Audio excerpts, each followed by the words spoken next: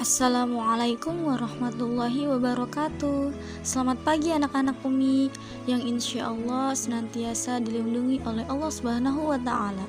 Sebelum kita belajar, alangkah baiknya kita membaca basmalah terlebih dahulu ya. Bismillahirrahmanirrahim. Hari ini kita akan belajar mata pelajaran sejarah kebudayaan Islam. Materi kita hari ini adalah tentang upaya Nabi Muhammad SAW membina masyarakat Madinah. Kota Yatsrib sekarang bernama Kota Madinah Al-Munawwarah, artinya kota yang bercahaya. Madinah adalah kota tujuan hijrahnya Rasulullah SAW. Setelah hijrah, Nabi membangun masyarakat Madinah menjadi masyarakat yang taat beribadah, cinta ilmu, penuh persaudaraan dan kasih sayang, sejahtera, adil, dan makmur. Dan sebelumnya terjadilah perjanjian Aqabah 1 dan Aqabah 2 menjadi tanda akan berkembangnya Islam di Yatsrib, Madinah. Pada awal itu jumlah kaum yang masuk Islam sebanyak lebih dari 6 orang dan menjadi awal dari banyaknya penduduk Yatsrib yang bersedia masuk Islam. Kenapa sih Mi, kok dinamainnya perjanjian Aqabah? Sejarah ini dinamakan perjanjian Aqabah karena Bukit Aqabah lah yang dijadikan tempat perjanjian kepada Nabi Muhammad SAW.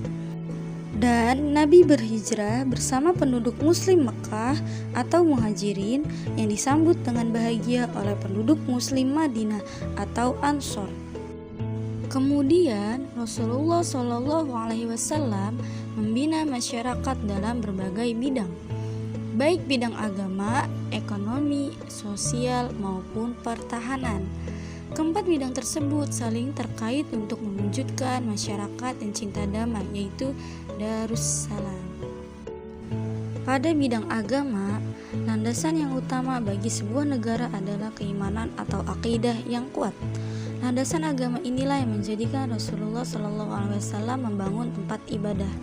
Pada masa ini, Nabi SAW membangun sebuah masjid dan masjid itu digunakan sebagai pusat kegiatan-kegiatan yang meliputi peribadahan dan penyelenggaraan pemerintahan.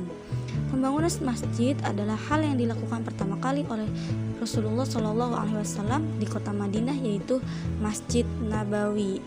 Dan masjid ini dibangun pada bulan Rabiul Awal tahun 1 Hijriah bertepatan pada bulan September 622 Masehi.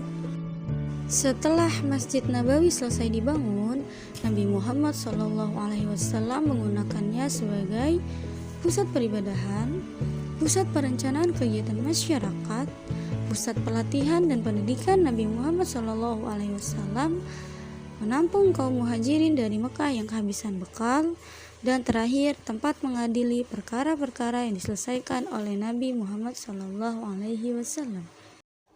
Pada bidang sosial ini, Nabi Muhammad SAW berusaha dengan sekuat tenaga untuk mempersatukan kaum Ansor dan Muhajirin. Usaha Nabi Muhammad mendapat sambutan yang sangat antusias dari kalangan Ansor dan Muhajirin. Beliau mempersaudarakan antara kaum Ansor dan Muhajirin bertempat di rumah Anas bin Malik. Mereka yang dipersatukan dalam persaudaraan Islam yang terdiri dari 90 orang, separuh dari kalangan kaum Ansor dan separuhnya lagi dari kaum Muhajirin.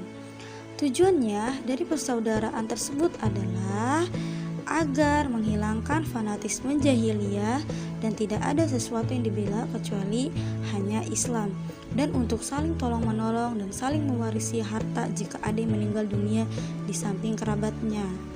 Di samping itu juga untuk menghapus perbedaan-perbedaan ketentuan warna kulit dan daerah atau keturunan, karena seseorang tidak lebih unggul dan merasa rendah kecuali karena ketakwaannya.